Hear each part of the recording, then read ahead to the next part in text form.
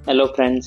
So festive season is around और आज हम डिस्कस करेंगे हमारे कुछ परचेसिंग डिसीजंस जो हम लेते हैं फेस्टिव सीजन से आसपास, जिसमें से एक मेजर डिसीजन है कार परचेजिंग। तो कार परचेजिंग जो कि सेमी रूरल एरिया या फिर गांव में या फिर जिलों में या किसी कस्बे में किस तरह से हमारा डिसीजन इन्फ्लुएंस होता है और हमें किस तरह से डिसीजन लेना चाहिए, आज हम वो डिस्कस करें। तो आइए इस वीडियो को 4 से 5 पार्ट्स में ब्रेक करते हैं और स्टेप बाय स्टेप समझते हैं कि आपका डिसीजन किस तरह से होना चाहिए। सबसे पहले हम अपनी व्हीकल की रनिंग देखेंगे कि हम किस ओकेजन के लिए गाड़ी निकालते हैं। जैसे कि अगर आपका काम बहुत ही, आप जैसे गवर्नमेंट जॉब में हैं या कोई आप छोटे मोटे व्यापारी है या फिर कोई अच्छे व्यापारी है या फिर आप किसी तरह के दुकान चलाते हैं, व्यापार करते हैं। ज़्यादातर कस्बों में, जिलों में इसी तरह के लोग रहते हैं। तो आपकी रनिंग जो होती है वो कई आने जाने, शादी फंक्शन में या फिर बच्चों को स्कूल छोड़ने या फिर कोई हॉस्पिटल के आसपास के काम के लिए या फिर कोई मेजर फंक्शन में अपने रिश्तेदारों के यहाँ जाने के लिए मेजरली चाहिए रहती है। तो अगर इन सब चीज़ों के कारण या वीकेंड्स पे आपकी गाड़ी निकलती है और आपकी रनिंग 800 से 1000 किलोमीटर पर मंथ से कम की है, आप अपना एरिया जानते हैं कि आपको कितना दूर जाना रहता है, उस तरह से आप कैलकुलेट कर सकते हैं। अगर आपकी गाड़ी की रनिंग 800 से 1000 किलोमीटर से कम की है तो आप प्रेफर कीजिए कि आप पेट्रोल गाड़ी लें। पेट्रोल गाड़ी से डीजल गाड़ी में अगर आप जाते हैं तो डीजल गाड़ी का मेंटेनेंस भी बढ़ता है और डीजल गाड़ी की प्राइस भी ज़्यादा रहती है। तो आप जब परचेज करते हैं तो डीजल से पेट्रोल गाड़ी में शिफ्ट करने के लिए आपको करीब 1 से 1.5 लाख रुपए एक्स्ट्रा देने पड़ते हैं। एक छोटा सा कैलकुलेशन देखते हैं। अगर आप पेट्रोल गाड़ी से डीजल गाड़ी पे अपग्रेड करते हैं तो करीब आपको 1,20,000 रुपये एक्स्ट्रा देने पड़ रहे हैं। 1,20,000 अगर आप एक्स्ट्रा दे रहे हैं, इसका मतलब अगर 120 रुपीज़ पर लीटर भी पेट्रोल है तो आप 1,000 लीटर पेट्रोल इसमें ले सकते हैं। तो 1,000 लीटर पेट्रोल अगर मैं 20 का माइलेज भी देखूं तो आपकी गाड़ी 20 या 25,000 किलोमीटर तक फ्री हो सकती है। अगर आपकी गाड़ी की रनिंग 500 किलोमीटर भी है और महीने की, और अगर 12 से मल्टीप्लाई करते हैं तो एक साल की रनिंग करीब 6,000 किलोमीटर की हो जाती है। अगर 4 साल भी इसको कंसिडर कर रहे हैं तो 24,000 किलोमीटर आपके करीब 4 से 5 साल की गाड़ी का आप पेट्रोल फ्री कर सकते हैं अगर आप डीजल से पेट्रोल पे शिफ्ट होते हैं। तो इस तरह से पेट्रोल, अगर आपकी गाड़ी की रनिंग कम है तो आप पेट्रोल प्रेफर कीजिए। उसके अलावा अगर पेट्रोल नहीं, अगर आपकी गाड़ी की रनिंग ज़्यादा और आपको मेंटेनेंस भी कम चाहिए तो आप सीएनजी पे ऑप्ट कर सकते हैं। सीएनजी का भी डिफरेंस उतना ही होता है, बट कि सीएनजी का माइलेज जो है वो करीब 25 से 28 केएमपीएल का होता है। 25 से 28 किलोमीटर प्रति लीटर की आपको माइलेज मिल जाती है।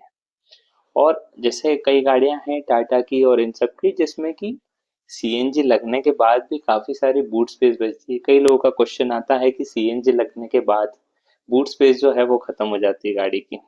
तो उसमें, जैसे मैं अगर एक गाड़ी का एग्जांपल लूँ नेक्सॉन का, तो उसमें टाटा की नेक्सॉन में ट्विन सिलेंडर टेक्नोलॉजी है।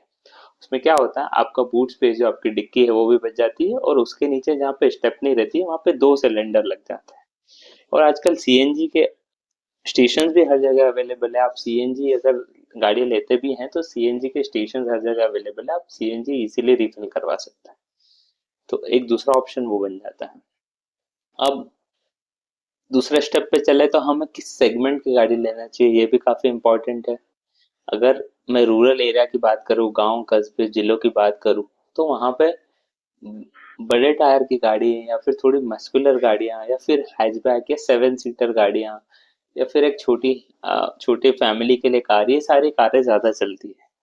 तो उसमें कई तरह के ऑप्शंस है। अगर आप एक छोटी सी बजट फ्रेंडली मस्कुलर कार देखना चाह रहे हैं जो बजट में भी आ जाए, अपनी फैमिली भी फिट हो जाए, तो जैसे टाटा पंच है, मारुति की ब्रेजा है, टाटा की नेक्सॉन है, इस तरह की गाड़ियां आप प्रेफर कर सकते हैं। उस सेगमेंट में हुंडई की एक्स्टर है, आप इस तरह की गाड़ियां प्रेफर कर सकते हैं।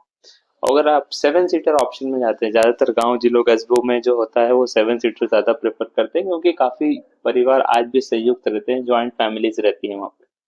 तो 7 सीटर्स में कई ऑप्शन आ जाते हैं आपके पास। सबसे पॉपुलर ऑप्शन आज के टाइम पे है मारुति अर्टिगा। आप थोड़ा और रिलायबल ब्रांड पे जाना चाहते हैं तो टोयोटा की रूमियन, सेम चेसिस पे जो बिल्ड है, टोयोटा रूमियन पे जा सकते हैं। ये सब गाड़ियां जो है वो 12 से 15 लाख के बजट में आपको इजीली मिल जाएगी और जो टाटा पंच और ये सारी है 10 लाख के सेगमेंट में इजीली आपको ये गाड़ियां मिल जाएगी। तो उस तरह से 7 सीटर में आपके पास ये है। उसके अलावा दूसरी अगर थोड़ा सा लग्जरी आप जाना चाहते हैं तो किया की कैरेन से किया की क्लेविस देख सकते हैं 7 सीटर में। बोलेरो महिंद्रा की नियो ये काफी अच्छा ऑप्शन है 7 सीटर का। काफी रूरल एरिया में जो है ये गाड़ी काफी ज्यादा चलती है, पॉपुलर है। स्कॉर्पियो क्लासिक जो है, बोलेरो नियो है, महिंद्रा की गाड़ियां काफी पॉपुलर है। और अगर आप छोटी फैमिली से टारगेट करते हो, टाटा की एल्ट्रॉज है या फिर टाटा की टिगोर है, इस तरह की आप गाड़ियां परचेज कर सकते हैं। मारुति की कई गाड़ियां, मारुति स्विफ्ट है, स्विफ्ट डिजायर काफी पॉपुलर गाड़ियां हैं। इस तरह की गाड़ियां आप टारगेट कर सकते हैं। अब देखते हैं कि फीचर वाली गाड़ी लेना चाहिए या फिर बेस मॉडल के आसपास वाली गाड़ियां ऐसे लेनी चाहिए। तो इसमें मेरा पर्सनल सजेशन या मैं पर्सनल अगर गाड़ी लेना चाहूँ तो मैं बहुत ज़्यादा फीचर लोडेड गाड़ी नहीं लूंगा अगर मेरा बजट टाइट है तो।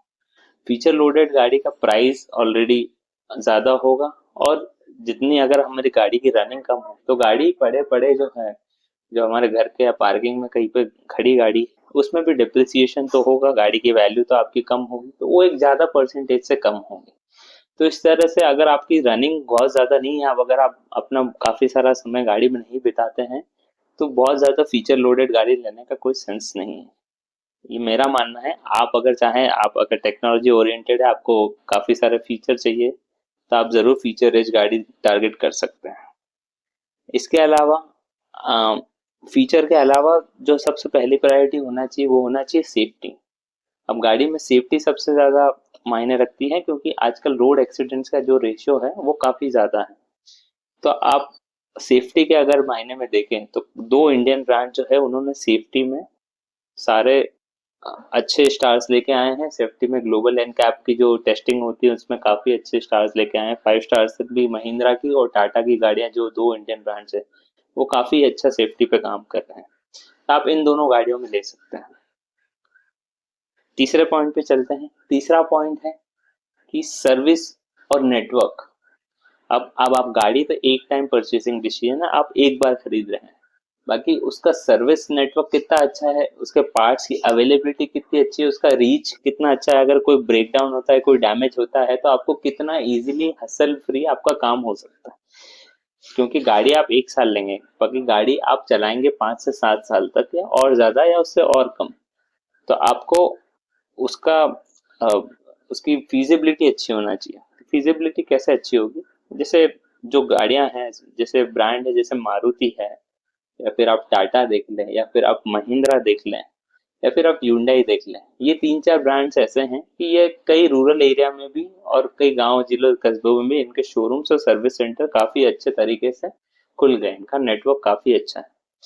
तो अगर आप कोई रूरल एरिया में, सेमी अर्बन में ऐसी जगह पे रहते हैं, तो आप ये गाड़ियां ज्यादा प्रेफर कीजिए। क्योंकि अगर आपको कोई भी इशू आता है, कोई भी गाड़ी में ब्रेकडाउन आता है, पार्ट्स की अवेलेबिलिटी, मैकेनिक्स के पास जो सप्लाई चेन है, इन सब गाड़ियों के पार्ट्स की काफी अच्छी रहती है। तो ये ब्रांड्स काफी रिलायबल बन जाते हैं, लॉन्गेटिविटी अच्छी रहती है इन ब्रांड्स को अगर आप यूज करते हो तो इस तरह से आप इसको देखें।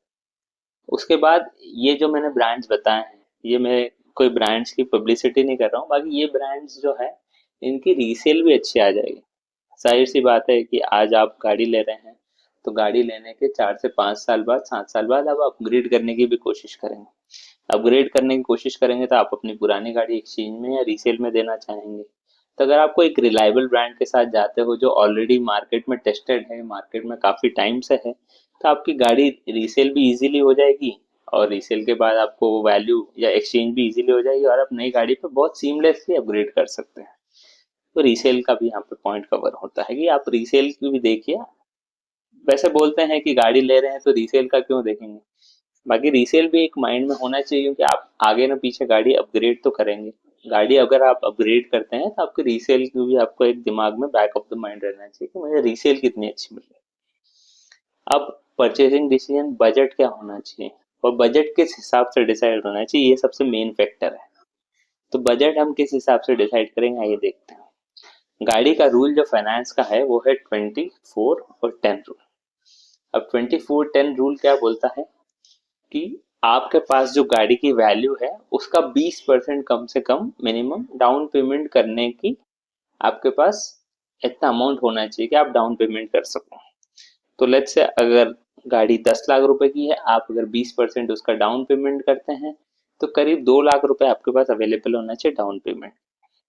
ये हो गया 20। अब हम नेक्स्ट पीस पे जाते हैं जो कि 4। 4 का मतलब है कि आपकी जो इंस्टॉलमेंट है वो 4 साल से ज्यादा की नहीं होना चाहिए। आपने अगर गाड़ी 10 लाख की ले ली, 2 लाख रुपए डाउन पेमेंट भी कर दिया, 8 लाख रुपए जो बचे, 8 लाख रुपए जो है वो आप कैपेबल होना चाहिए कि आप अगले 4 साल में भर सको। या फिर आपके बैंक जहां से आप लोन लेंगे, आप वहां से बात कीजिए कि मुझे 4 साल की इंस्टॉलमेंट आप बना के दीजिए। थर्ड, 20 हो गया, 4 हो गया, थर्ड पीस है 10। 10 क्या कहता है, आपकी जो मासिक आय है, जो आपकी मंथली इनकम है, उसका जो है आपकी गाड़ी की वैल्यू की ईएमआई जो है, जो पर मंथ ईएमआई हो रही है, वो आपकी इनकम का 10% से ज्यादा नहीं होना चाहिए। तो 10% कैसे कैलकुलेट होगा, आपकी मासिक आय अगर 70,000 रुपए, 80,000 रुपए, 1 लाख रुपए, तो उसका हम 10% निकालेंगे। 70,000 का 10% 7,000 रुपए। तो आपकी गाड़ी की ईएमआई जो है वो 7,000 से ज्यादा की नहीं होना चाहिए। 1 लाख अगर आपकी तनख्वाह है, आपकी आय है, तो आपकी पर मंथ की इंस्टॉलमेंट 10,000 से ज्यादा नहीं। इस तरह से आप फाइनेंशियली सेफ रखेंगे और एक अच्छा डिसीजन ले पाएंगे। तो गाड़ी लेने के मेजरली ये सारे फैक्टर्स है। अगर आप ये सारे फैक्टर्स कंसिडर करते हैं तो जल्दी फेस्टिव सीजन में आपके घर भी एक खुशियों की बौछार जरूर आएगी।